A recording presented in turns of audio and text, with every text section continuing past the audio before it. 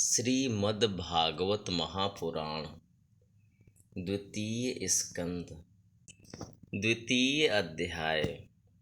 भगवान के स्थूल और सूक्ष्म रूपों की धारणा तथा क्रम मुक्ति और सद्यो मुक्ति का वर्णन।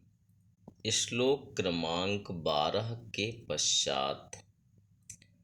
एकैकसोऽङ्गानि धियानुभावयेत् पादादियावद्धसितं गदाभृतः जितं जितं स्थानं पोह्य धारयेत् परं परं शुध्यति धीर्यथा यथा यावन्न जायेत् परावरेऽस्मिन् विश्वेश्वरे द्रष्टरि भक्तियोगः तावत् स्थवीयः पुरुषस्य रूपं क्रियावसाने प्रयतः स्मरेत् स्थिरं सुखं चासनमाश्रितो यतिर्यदा जिहासुरिमङ्गलोकम् काले च देशे च मनो न संजयेत् प्राणान् नियच्छेन्मनसा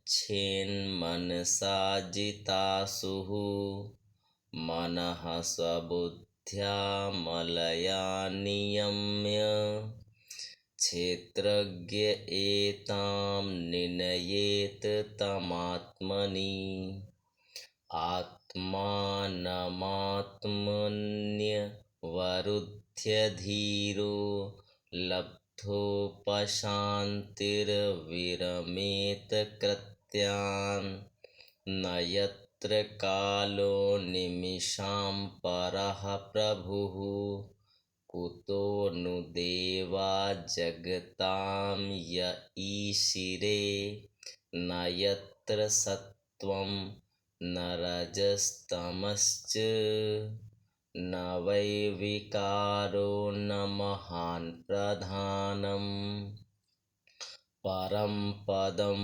वैष्णवमामनन्ति तद् यन्नेति नेतीत्यतदुत्सि स्रक्षवः विसृज्य दौरात्म्यमनन्यसौहृदा हृदोपगुह्यार्हपदं पदे पदे। भगवान के चरण कमलों से लेकर उनके मुस्कान युक्त मुख कमल पर्यंत समस्त अंगों की एक एक करके बुद्धि के द्वारा धारणा करनी चाहिए। जैसे जैसे बुद्धि शुद्ध होती जाएगी वैसे वैसे चित्त स्थिर होता जाएगा।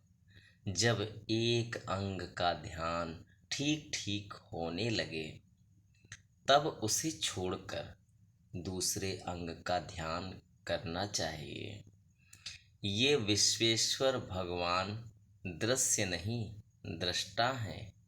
सगुण निर्गुण सब इन्हीं का स्वरूप है। जब तक इनमें अनन्य प्रेममय भक्ति योग न हो जाए तब तक साधक को नित्य नैमित्तिक कर्मों के बाद एकाग्रता से भगवान के उपर्युक्त स्थूल रूप का ही चिंतन करना चाहिए। परीक्षित, जब योगी पुरुष इस मनुष्य लोक को छोड़ना चाहे तब देश और काल में मन को न लगाए।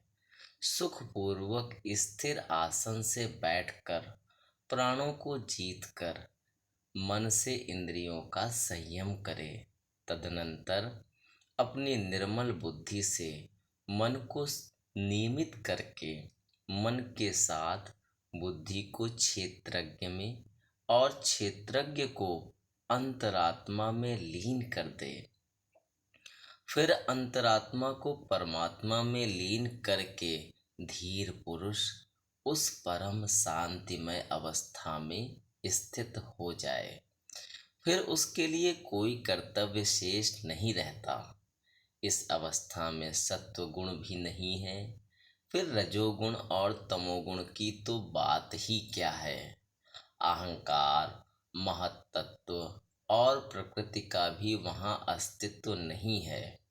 उस स्थिति में जब देवताओं के नियामक काल की भी दाल नहीं गलती, तब देवता और उनके अधीन रहने वाले प्राणी तो रह ही कैसे सकते हैं।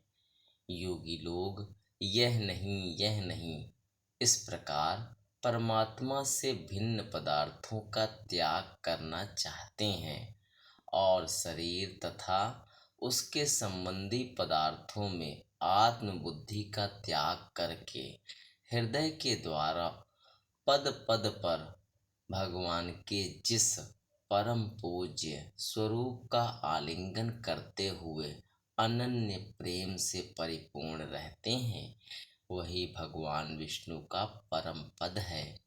इस विषय में समस्त शास्त्रों की सम्मति है।